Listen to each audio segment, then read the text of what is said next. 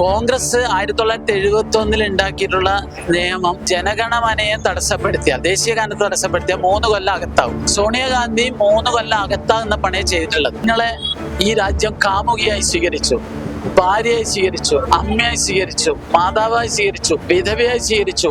അങ്ങനെ നിങ്ങളെ ആദരിച്ചിട്ടുള്ള ഒരു ഭാരത മണ്ണിനെ വന്ദിക്കുന്ന ഒരു ഗാനത്തെ നിങ്ങൾ നിന്ദിച്ചിരിക്കുകയാണ്.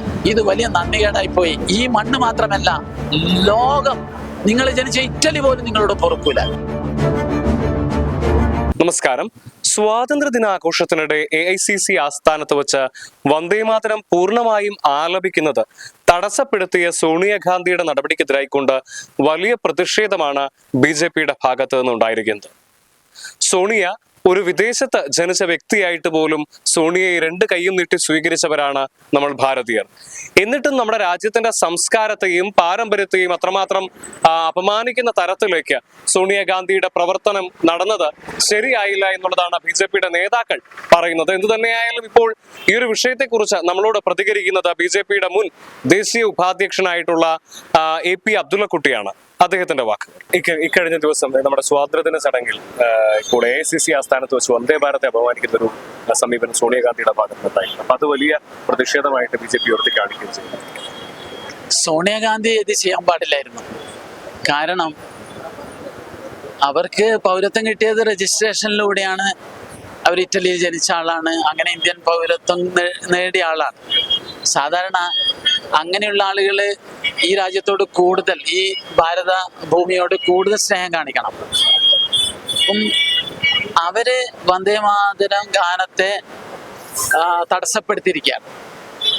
കോൺഗ്രസ് 1971 ഉണ്ടാക്കിയിട്ടുള്ള നിയമം ജനഗണമനയെ തടസ്സപ്പെടുത്തിയാൽ, ദേശീയ ഗാനത്തെ തടസ്സപ്പെടുത്തിയാൽ 3 കൊല്ലം അകത്താവും. അതേ വകുപ്പ് ഇപ്പോൾ ഈ ദേശീയ ഗീതത്തിനും വന്നിരിക്കുകയാണ്. അപ്പം സോണിയാഗാന്ധി 3 കൊല്ലം അകത്താകുന്ന പണിയെ ചെയ്തിട്ടുള്ളത്. അത് സംഭവിക്കുമെന്ന് എനിക്ക് അറിഞ്ഞൂടാ. നിയമരംഗത്തെ അത് കോടതി വിഷയമാണ്, ഞാൻ അതിലേക്ക് കടക്കുന്നില്ല. പക്ഷേ മാഡം സോണിയാജി, നിങ്ങൾ ഇറ്റലിക്കാരിയായിരുന്നു. ഈ രാജ്യത്തെ ഏറ്റവും വലിയൊരു കുടുംബത്തിലെ ഒരു അംഗം നിങ്ങളെ പ്രണയിച്ചു. നിങ്ങളെ ഈ രാജ്യം കാമുകിയായി സ്വീകരിച്ചു, ഭാര്യയായി സ്വീകരിച്ചു, അമ്മയായി സ്വീകരിച്ചു, മാതാവായി സ്വീകരിച്ചു, വിധവയായി സ്വീകരിച്ചു. എന്തിനേറെ പറയുന്നു, ഈ ജനാധിപത്യ രാജ്യം നിങ്ങൾ വിദേശത്തു നിന്ന് വന്നിട്ട ഒരാളായിട്ട് പോലും നിങ്ങളെ ഒരു മടിയും കൂടാതെ ഒരു വലിയ നേതാവായി അംഗീകരിച്ചു, MP ആക്കി. അങ്ങനെ നിങ്ങളെ ആദരിച്ചിട്ടുള്ള ഒരു ഭാരത മണ്ണിനെ വന്ദിക്കുന്ന ഒരു ഗാനത്തെ നിങ്ങൾ നിന്ദിച്ചിരിക്കുകയാണ്. ഇത് വലിയ നന്ദികേടായി പോയി. ഈ മണ്ണ് മാത്രമല്ല, ലോകം, നിങ്ങൾ ജനിച്ച ഇറ്റലി പോലും നിങ്ങളോട് പൊറുക്കൂല. അതേസമയം സോണിയാഗാന്ധി വന്ദേമാതരത്തെ അപമാനിച്ചു എന്നുള്ളത് രാജ്യവ്യാപകമായി വലിയ ചർച്ചയാക്കി തീർക്കാനാണ് BJP ശ്രമിച്ചുകൊണ്ടിരിക്കുന്നത്. ഇത് ഇത്തരത്തിൽ ഒരു വിദേശ വനിതയായിട്ട് കൂടി സോണിയയ്ക്ക് അഭയവും ആശ്രയവും നൽകിയ നമ്മുടെ രാജ്യത്തെ അപമാനിക്കാനാണ് അവർ ശ്രമിച്ചിട്ടുള്ളത്. അവരെ വലിയ നേതാവാക്കിയത് നമ്മുടെ രാജ്യമാണ്. എന്നിട്ട് ഇതെല്ലാം മറന്നുകൊണ്ടാണ് അവർ ഇത്തരത്തിൽ പെരുമാറിയത് എന്നുള്ള മട്ടിലാണ് BJPയുടെ ദേശീയ നേതാക്കൾ അടക്കം പ്രതികരിച്ചിട്ടുള്ളത്. സംസ്ഥാന വ്യാപകമായി വന്ദേമാതരം വിവാദമല്ല, വികാരമാണ് എന്നുള്ള പേരിൽ പ്രതിഷേധ ചടങ്ങുകളും BJP നേതൃത്വം ഇപ്പോൾ സംഘടിപ്പിച്ചുകൊണ്ടിരിക്കുകയാണ്.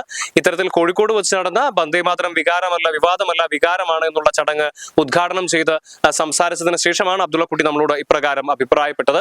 എന്തു തന്നെയായാലും നമ്മുടെ ദേശീയ ഗീതമായ വന്ദേമാതരം നമ്മുടെ രാജ്യത്തിന്റെ സംസ്കാരത്തെയും പാരമ്പര്യത്തെയും എല്ലാം ഉയർത്തി കാണിക്കുന്ന, നമ്മുടെ രാജ്യത്തിന്റെ സ്വാതന്ത്ര്യ സമര ചരിത്രത്തിൽ വലിയ പങ്ക് വഹിച്ചിട്ടുള്ള, നമ്മൾ ഭാരതീയരുടെ ഇടയിൽ ദേശീയത വളർത്തിയെടുക്കുന്നതിൽ വലിയ പങ്ക് വഹിച്ചിട്ടുള്ള വന്ദേമാതരത്തെ ഇത്തരത്തിലൊരു വിവാദ വിഷയമാക്കി തീർക്കുന്നത് തികച്ചും അനൗചിത്യപരമായിട്ടുള്ള ഒരു കാര്യം തന്നെയാണ് എന്നുള്ളതിൽ തർക്കമില്ല.